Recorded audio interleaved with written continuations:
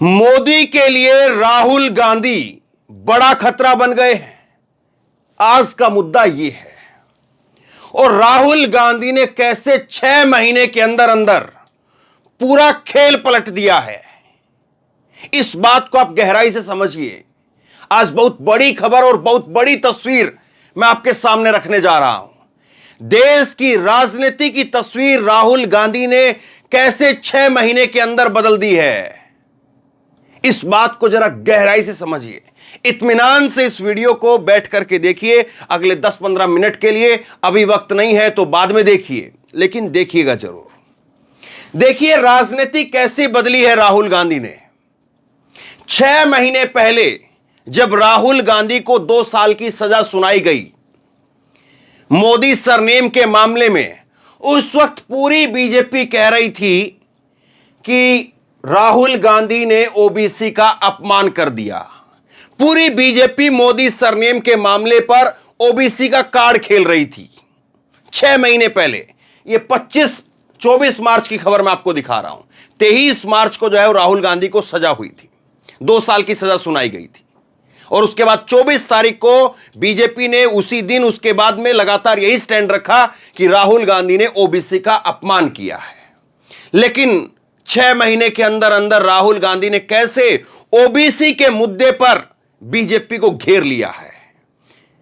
अगर मैं यह कहूं गांव देहात की भाषा में कि जो ओबीसी का लठ लेकर के बीजेपी राहुल गांधी के पीछे पड़ी हुई थी कि तुमने ओबीसी का अपमान कर दिया है, तुमने ओबीसी का अपमान कर दिया है, आज राहुल गांधी वही ओबीसी का लठ लेकर के बीजेपी के पीछे पड़े हुए हैं कि आओ बीजेपी को ओबीसी को उसका हक दो। समझिए किस तरह से राजनीति को बदला गया है। जो बीजेपी ओबीसी का लेकर के राहुल गांधी से कह रही थी कि माफी नहीं मांग रहे हैं, ओबीसी का अपमान कर रहे हैं, अहंकार दिखा रहे हैं, और लठ लेकर के पूरी बीजेपी पड़ गई थी। हर स्टेट के अंदर बीजेपी ने बड़े बड़े प्रोटेस्ट किए इसको लेकर के। लेकिन आज राहुल गांधी जहां पर भी जा रहे हैं, जिस भी राज्य के अंदर जा रहे हैं, केवल और केवल जाति जाति जाति यानी ओबीसी ओबीसी ओबीसी उसकी बात कर रहे हैं कि ओबीसी पर बात करिए। और इसको लेकर के 28 मिनट में 16 मिनट का जो भाषण है वो ओबीसी के ऊपर फोकस करके रखा। भास्कर की खबर है, भास्कर ने यहां पर जाति जाति लिखा है, कायदे से यहां पर ओबीसी ओबीसी लिखना चाहिए था। राहुल गांधी ने शहडोल के अंदर मध्य प्रदेश में जब वो गए तो उन्होंने ओबीसी और आदिवासी 2 चीजों का खास तौर पर जिक्र किया।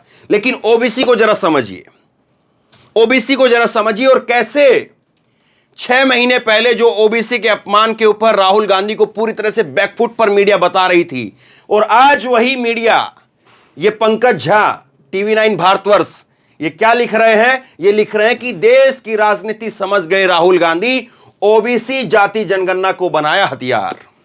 अब मीडिया के अंदर कसीदे पढ़े जा रहे हैं इस बात के, बड़े बड़े संपादकीय लिखे जा रहे हैं इस बात को लेकर के कि राहुल गांधी अब देश की राजनीति को समझ गए हैं। राहुल गांधी अब ओबीसी के ऊपर अच्छे से खेल पा रहे हैं, ओबीसी के ऊपर बीजेपी को बैकफुट पर धकेल रहे हैं। देखिए कैसे मीडिया के अंदर कसीदे पड़े जा रहे हैं। लेकिन राहुल गांधी यहां पर मीडिया को भी अटैक करने से नहीं बाज आ रहे हैं। वो मीडिया को लेकर के कह रहे हैं कि आप बताओ, इस कमरे के अंदर प्रेस कॉन्फ्रेंस के अंदर राहुल ने कहा, सुनाता हूं मैं आपको आगे चलकर, कि आप बताओ इस कमरे में कितने ओबीसी हैं, कितने दलित हैं, कितने आदिवासी हैं। सन्नाटा छा गया था। मतलब जो मीडिया राहुल गांधी को 6 महीने पहले इस मुद्दे पर जो है बैकफुट पर बता रही थी, आज वो तो कसीदे पढ़ रही है, लेकिन राहुल कसीदे नहीं पढ़ रहे हैं। और क्या ओबीसी का ये ऐसा कार्ड जिसको लेकर के राहुल गांधी ना केवल लोकसभा के अंदर बल्कि विधानसभाओं से होते हुए लोकसभा तक नरेंद्र मोदी को परेशान करने वाले हैं? सवाल यह है, और इसका सटीक जवाब जो है वो यहां पर आपको मिलता है। मध्य प्रदेश में शहडोल के अंदर जब वो 28 मिनट में से 16 मिनट जब वो बात करते हैं ओबीसी को लेकर के, आदिवासी को लेकर के, तो गणित भी आप समझ लीजिए। मध्य प्रदेश में पिछड़ा वर्ग आयोग के मुताबिक मध्य प्रदेश में 48% ओबीसी है, जिनमें से 20 जिलों में तो 50% से अधिक है। मध्य प्रदेश की अगर पूरी राजनीति की बात करेंगे तो 48% इसमें ओबीसी समुदाय है, और 48% जो ओबीसी समुदाय है, मध्य प्रदेश के 20 जिले ऐसे हैं जिनमें 50% से ऊपर है। मतलब कि यह हुआ 20 जिलों के अंदर अगर आप देखेंगे मध्य प्रदेश की, तो वहां पर आदिवासी ओबीसी जो है वो 50% से ऊपर है। उसके साथ में आप दलित को जोड़ लीजिए, उसके साथ में आप आदिवासी को जोड़ लीजिए, उसके साथ में आप जो माइनॉरिटी है उसको जोड़ लीजिए। कुल मिलाकर के जो संख्या बनेगी वो 70-80% बनेगी। और 70-80% अगर संख्या बनती है तो सोचिए वो किस तरह से जो है वो राहुल गांधी को, कांग्रेस पार्टी को 70-80% में से अगर जो है वहां पर 50% भी वोट मिल गया तो एक तरफा जीत हो जाती है। बीजेपी के लिए मुसीबत यही है, और इसीलिए प्रधानमंत्री नरेंद्र मोदी बयान देते हैं कि बीजेपी अब कांग्रेस पार्टी वो जात पात के अंदर लड़ाने की कोशिश कर रही है। अब वो हिंदू मुस्लिम वाली बातें, बजरंग बली, बजरंग दल, वो जो कर्नाटक में हुआ उस पर बात नहीं कर पा रहे हैं, क्योंकि वो चीजें पीएफआई, बजरंग दल, बजरंग बली, वो कर्नाटक में देख लिया कि उसका क्या हालत हुई। अब वो नई बात कह रहे हैं। अब वो कह रहे हैं कि ये लोग जो हैं वो अब जात पात में उलझाने की कोशिश कर रहे हैं। और मैं एक कार्यक्रम देख रहा था, एक सुशांत सिन्हा पाठशाला करके कार्यक्रम आता, आपने शायद देखा हो कभी। उसके अंदर क्या बताया जा रहा है? उसके अंदर बताया जा रहा है कि देखिए, राहुल गांधी जिस ओबीसी को हक दिलाने की बात कर रहे हैं, उस कांग्रेस पार्टी ने कभी ओबीसी का पीएम नहीं बनाया। और वो उस कार्यक्रम के अंदर बताते हैं कि देश के पहले प्रधानमंत्री जवाहरलाल नेहरू, तो वो भी पंडित यानी ब्राह्मण। और देखिए गजब बात भी देखिए आप, नरेंद्र मोदी जी भी जब भी जवाहरलाल नेहरू का नाम लेते तो पंडित बोलते हैं, पंडित नेहरू शॉर्ट के अंदर। लेकिन यही बीजेपी की आईटी सेल और जो है वो संघ की विचारधारा के जो समर्थक लोग हैं, वो बहुत बार क्या तकरीबन कहें तो शायद गलत ना होगा कि राहुल गांधी, कांग्रेस पार्टी उनको जो है वो अनऑफिशियल तरीके से मुसलमान घोषित करती रही। और अब वही मीडिया जो है वो बता रही है कि लाल बहादुर शास्त्री ब्राह्मण रहे, फिर इंदिरा गांधी ब्राह्मण रहे, और उसके बाद में लाल बहादुर शास्त्री का जिक्र कायस के रूप में करते हैं। पंडित नेहरू ब्राह्मण, लाल बहादुर शास्त्री कायस, और उसके बाद में इंदिरा गांधी ब्राह्मण, और उसके बाद राजीव गांधी ब्राह्मण। तो इस तरह से जो है वो नरसिम्हा राव से लेकर के और मनमोहन सिंह तक वो बताते कि कभी इन्होंने ओबीसी बनाया ही नहीं, और आज ये ओबीसी की बात कर रहे हैं। तो देखिए कैसे आप दूसरे के बारे में लिखते लिखते या बोलते बोलते खुद को एक्सपोज कर जाते हैं।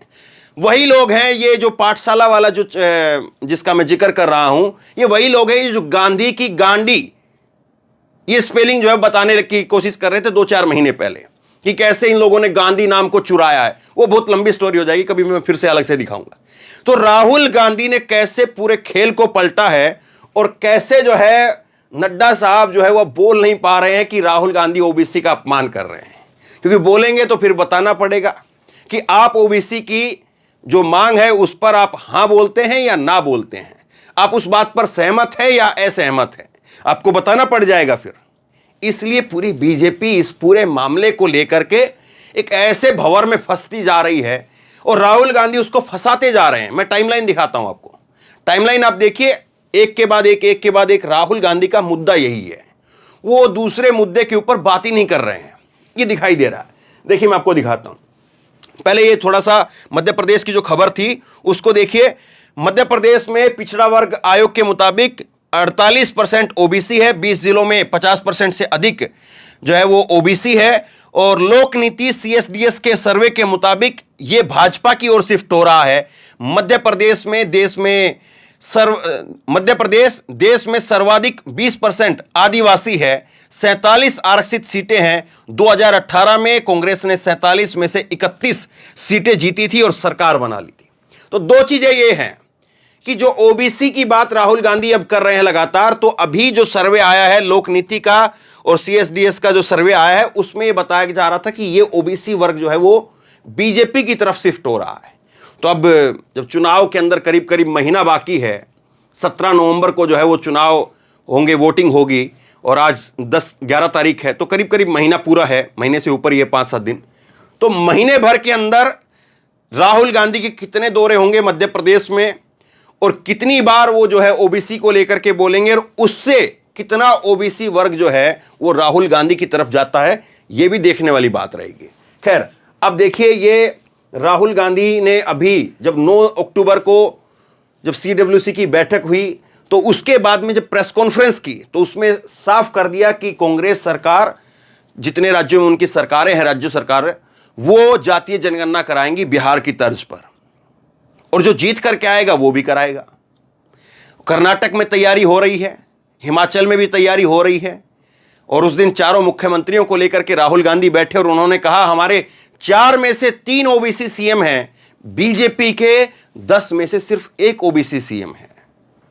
वहां पर भी उन्होंने घेर दिया और उसमें भी उन्होंने आगे बोलते बोलते वो कह गए कि 10 में से 1 है, वो भी जाने वाले हैं। खैर, अब देखिए, ये उसी वक्त की खबर है। महाराष्ट्र में भाजपा नेताओं ने राहुल गांधी के खिलाफ विरोध प्रदर्शन किया, बोला ओबीसी वर्ग का अपमान किया है। तो ये उस वक्त की खबर जो है मैं आपको दिखा रहा हूं, मार्च 25 की खबर है ये, और ये खबर अभी 17 अप्रैल 2023 की खबर है। और इसमें लिखा है कि जातीय जनगणना के मुद्दे पर राहुल गांधी का बीजेपी पर हमला, प्रधानमंत्री जी ओबीसी को हक नहीं दिला सकते तो परे हट जाइए। तो राहुल गांधी यहां से और यहां कितनी जल्दी इस मुद्दे पर आए हैं, ये शायद किसी ने सोचा नहीं होगा कि राहुल गांधी के ऊपर जो सबसे बड़ा डेंट लगाया गया, राहुल गांधी के ऊपर जो सबसे बड़ा एक ठप्पा लगा दिया गया है, उस ठप्पे को, उस डेंट को वो अपनी ताकत के रूप में बदल सकते हैं, और वो भी इतनी जल्दी, और बीजेपी उस पूरे मुद्दे पर बैकफुट पर आ जाएगी। ये शायद किसी ने सोचा नहीं होगा। लेकिन राहुल की टाइमलाइन जरा आप देखिए। ये 25 सितंबर का राहुल गांधी का ट्वीट है। राहुल कहते हैं कि कास्ट सेंसस भारत का एक्सरे है। ओबीसी कितने हैं, बाकी वर्ग के लोग कितने हैं, जब ये आंकड़े सामने आएंगे तभी देश सबकी भागीदारी से आगे सबकी भागीदारी देकर आगे बढ़ पाएगा। कांग्रेस की सरकारें अडानी की नहीं, देश के किसानों की, मजदूरों की, दलितों की, वंचितों और आदिवासियों की है। यह उनका 25 सितंबर का ट्वीट है। उसके बाद में जब 2 तारीख को बिहार की सरकार ने जातीय जनगणना के जो आंकड़े हैं वो सार्वजनिक किए, तो उसके बाद में राहुल का ट्वीट आया कि बिहार की जातिगत जनगणना से पता चलता है कि वहां ओबीसी, एससी, एसटी 84% है। केंद्र सरकार के 90 सचिवों में से सिर्फ 3 ओबीसी हैं, जो मात्र भारत का 5% बजट संभालते हैं। इसीलिए भारत के जातिगत आंकड़े जानना जरूरी है, जितनी आबादी उतना हक, ये हमारा प्रण है। राहुल गांधी इस बात को कहते हैं। अब वो जाकर के इस चीज को लोगों के बीच में जाकर के और खोल करके समझा रहे हैं। मध्य प्रदेश में जाते हैं तो कहते हैं कि अगर सरकार 100 रुपए खर्च करती है तो उसमें केवल 5 रुपए वो ओबीसी सचिवों के खाते में जाते हैं कि वो अपनी तरीके से खर्च कर सकते हैं। बाकी जो 95 रुपए खर्चा होता है वो गैर ओबीसी जो सचिव हैं, सेक्रेटरी हैं, वो खर्चा जो है वो संभालते हैं, वो खर्चा जो है वो देखते हैं। तो इस चीज को और आगे और खोल करके अपनी और रैलियों के अंदर लगातार इस मुद्दे को जो है वो और उस पर से जो है वो पर्दा लगातार हटाते जा रहे हैं। जैसे प्याज के ऊपर से एक एक करके जो छिलका उतारते हैं, उस तरह से जो है उसको पूरा उस मुद्दे को छीलते हुए जा रहे हैं वो। उसके बाद में 9 अक्टूबर को इनका फिर ट्वीट आया है कि जाति जनगणना राजनीतिक फैसला नहीं है, न्याय और हिस्सेदारी का फैसला है, गरीबों को शक्ति देने वाला फैसला है। ये राहुल फिर कह गए। तो राहुल की जो टाइमलाइन है उसको अगर आप देखेंगे तो समझ में आएगा कि कैसे राहुल ने इस मुद्दे को पकड़ा, और पकड़ करके राहुल जकड़ करके इस मुद्दे को बैठ गए हैं। और राहुल ऐसा लगता है कि अब इसको छोड़ने वाले नहीं हैं। विधानसभा से लेकर के लोकसभा के चुनाव तक राहुल इस मुद्दे पर टिके रहने वाले हैं, यह साफ तौर पर दिखाई दे रहा है। और इस मुद्दे को लेकर के मैं आपको दिखाता हूं ये वीडियो, जिसको लेकर के कंट्रोवर्सी भी हुई। ये वीडियो जरा देखिए। राहुल ने जब पत्रकारों से सवाल किया कि इस कमरे के अंदर जो पत्रकार वार्ता हो रही है, इस कमरे के अंदर कितने ओबीसी हैं, कितने दलित हैं, कितने आदिवासी हैं, यह सवाल किया, वहां पर सन्नाटा पसर गया। सुनिए जरा।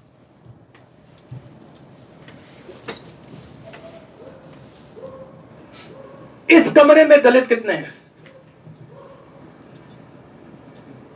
देखिए, ये मजा देखिए, इस कमरे में ओबीसी कितने हैं? हाथ उठा के दिखा दीजिए, देखिए मजा।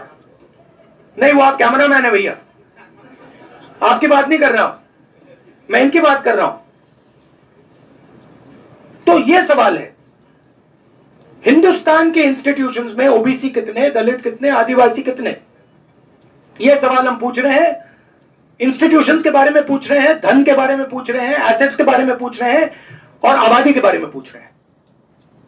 तो राहुल ने इस मुद्दे को प्रेस कॉन्फ्रेंस के अंदर उछाल दिया।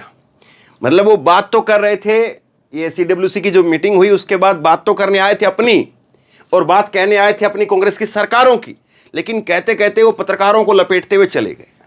अब इसमें दो तर्क दिए हैं, मतलब जो कंट्रोवर्सी हो रही है उसको लेकर के दो बातें निकल करके सामने आ रही है कि पत्रकारों की जाति नहीं होती है, पत्रकारों को आप क्यों लपेट रहे हैं।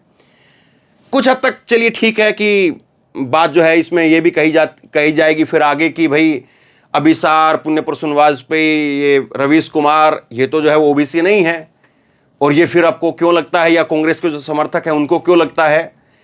तो खैर इस बात को हम कुछ इस तरह से देखते हैं कि आपको पत्रकारों की जाति नहीं देखनी है, या पत्रकार ये कहें कि जाति नहीं होती है या कोई जो है पार्टी नहीं होती है, बात ये नहीं है। दरअसल बात ये है कि हिस्सेदारी कितनी है, वहां पर हिस्सेदारी कितनी है। इस चीज को जो है जब उठाया गया, इस चीज को जब पूछा गया, तो वहां पर रिजल्ट जो था वो सन्नाटा था। रिजल्ट में आंकड़े नहीं थे, रिजल्ट में सन्नाटा वहां पर देखने को मिला, और वो सन्नाटा बहुत कुछ कह गया। लेकिन राहुल इन चीजों को लेकर के ऐसा लगता है कि आगे बढ़ चुके हैं कि मीडिया इस पर गलत लिखेगी, या मीडिया के कुछ एंकर या पत्रकार जो है इस पर गलत लिखेंगे, सही लिखेंगे, उस चीज से आगे बढ़ करके वो अपनी बात पर जो है वो अड़ गए हैं, डट गए हैं।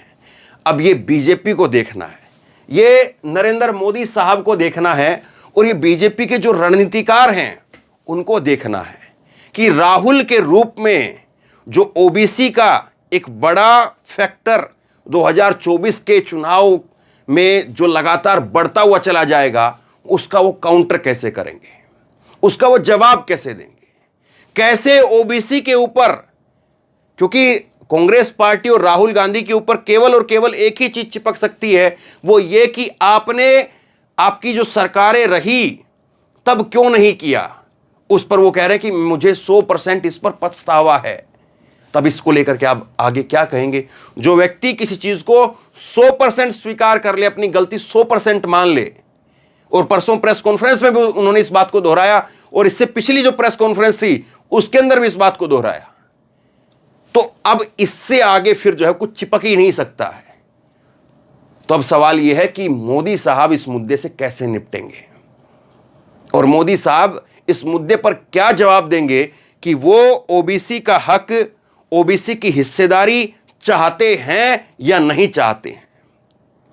तो सवाल धीरे धीरे बहुत बड़ा होता जा रहा है, और राहुल गांधी ने 6 महीने के अंदर अंदर पूरा जो समीकरण बन रहा था, जिस तरह से समीकरण बन रहे थे, उसको पलट करके रख दिया है। और अब अगले 6 महीने के अंदर किस तरह से राहुल गांधी अपनी ब्रश से इस चीज को पेंट करते हैं, कितना बड़ा जो है इसको आकार दे पाते हैं, और यह मुद्दा उनको कितना फायदा दे सकता है विधानसभा के चुनाव के अंदर और लोकसभा के चुनाव के अंदर, असल सवाल अब यह है। आप क्या सोचते हैं? नीचे कमेंट बॉक्स में लिख करके जरूर बताइए। इस वीडियो को खूब शेयर कीजिए, लोगों तक पहुंचाइए, ताकि लोग भी सोचें, लोग भी इस पर बात करें, लोगों का राय जो है वो निकल करके सामने आए। इसी तरह की तमाम खबरों के लिए ऑनलाइन न्यूज इंडिया को सब्सक्राइब कीजिए, साथ में जो बेल आइकन है घंटी उसको जरूर दबाइए, ताकि जैसे ही कोई खबर अपलोड करें उसकी नोटिफिकेशन सीधे सबसे पहले आपको मिल सके। और अगर ये वीडियो फेसबुक पर देख रहे हैं तो फेसबुक पर हमारे पेज को लाइक कीजिए, फॉलो कीजिए, और इस खबर को शेयर कीजिए। धन्यवाद।